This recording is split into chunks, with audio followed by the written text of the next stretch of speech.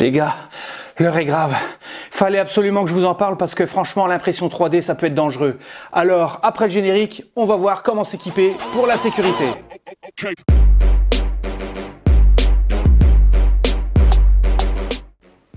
Ben ouais, évidemment, on va pas sortir le gros matos pour nos impressions 3D, sinon ça deviendrait de la folie. Alors, je vais essayer de pas le faire tomber comme tout à l'heure. Voilà, chut, reste tranquille, reste sage, merci. Oui, parce que l'impression 3D, mine de rien, quand on imprime un petit Mickey, ça paraît mais tout gentil, tout mignon. On imprime un vase facetté pour sa maman, c'est tout gentil, tout mignon. Mais quand faut le décoller de la surface d'adhésion ou quand il y a du post-traitement à faire, on a besoin de quelques outils. Et c'est là que ça se gâte. Pourquoi? Ben oui, on utilise dans le meilleur des cas une pince, ça à la limite c'est le plus sympa d'entre tous. Et après, ça commence à se corser avec ce genre d'instrument, le bien-aimé cutter, voire le dino cutter. Ouais, celui-là, franchement, faut faire gaffe parce que un coup mal placé, ça peut être catastrophique. Mais il y en a un parmi ceux-là qui est sans doute le plus insidieux, le plus vicieux de tous. J'ai nommé la malédiction de la spatule.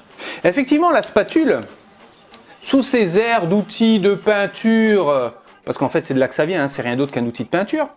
Sous ces airs d'outils de peinture, ça paraît bien inoffensif.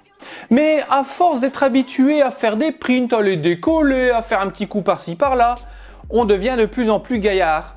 Et tac, qu'est-ce qui arrive? On se blesse. Alors pourquoi je fais cette vidéo? Parce que ce sont des cas vécus. Je ne parle pas de cas vécus que j'ai glanés sur internet, ça n'aurait pas beaucoup d'intérêt, mais de cas vécus dans ma famille. Alors le premier cas, je vais dire c'est le mien. Un coup de cutter dans le doigt, ouais d'accord, un petit stéristrip, un bon coup de pansement et de désinfectant. Le tour est joué après une quinzaine de jours. On va dire c'est bien embêtant, mais au bout de 15 jours, c'est réglé. Le deuxième cas, ça commence à se corser, c'est celui de Madame ma femme qui, elle aussi, imprime sur sa MakerPi M14.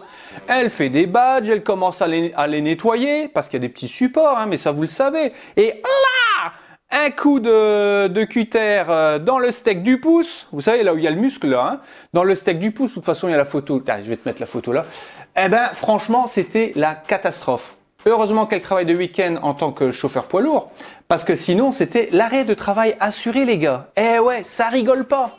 Mais le point pour lequel je vous en parle, c'est parce que hier, mon brother, qui a aussi une Dagoma Disco Easy 200, est en train de décoller des pièces de son futur échiquier qu'il est en train d'imprimer. Donc il est en train d'imprimer les pièces noires et blanches qui forment le plateau. Et un coup de spatule dans le pouce, 4 points de suture. Pas de bol, on va aux urgences, ils soignent et tout le bazar. Ce matin, ils sont en train de le soigner. Il dit ok, bon maintenant je suis tranquille, j'ai commandé ce qu'il faut pour ma sécurité et on va en reparler. Je vais recommencer à printer. Il printe son truc. Pas de bol, vous l'avez deviné. Tac, deuxième coup de spatule dans le doigt. 3 points de suture de plus les amis. Eh ouais. Alors, 4 plus 3, 7 points de suture en moins de 24 heures. Je crois que c'est quand même cher payé pour quelque chose qui pourrait être évité de façon toute simple. Parce que oui, pour ceux qui sont peut-être attentifs, auront remarqué que j'avais ceci à une main. Alors de quoi s'agit-il? Il s'agit de gants particuliers. Ils sont composés de fibres vraiment résistantes. Résistantes à quoi? À la coupure. Alors j'ai pris ici le gros couteau de cuisine, mais alors qui coupe bien parce que c'est moi-même qui l'utilise. Quand je coupe les gros morceaux de poulet et tout ça, je prends celui-là. C'est du costaud. Petite expérience, ça fait déjà 4 fois que je fais des rushs, donc le gant, vous voyez, il est nickel. J'appuie. Là, je fais semblant d'appuyer, mais là, vous voyez, les muscles se tendent, d'accord? On est d'accord? Et tac, que se passe-t-il? Je n'ai rien. Le gant est totalement intact parce que les fibres qui composent ce gant, ce sont des fibres anti-coupure. Alors, est-ce que ça coûte cher de s'équiper pour la sécurité? Pas du tout. Une paire de gants comme ça coûte moins d'une dizaine d'euros. D'ailleurs, je vais vous mettre des liens en description, que ce soit sur Geek, sur Wish ou sur Amazon. Vous faites plaisir, mais au moins la sécurité, ça n'a pas de prix. Et évidemment, n'oubliez pas de vous équiper de lunettes de sécurité.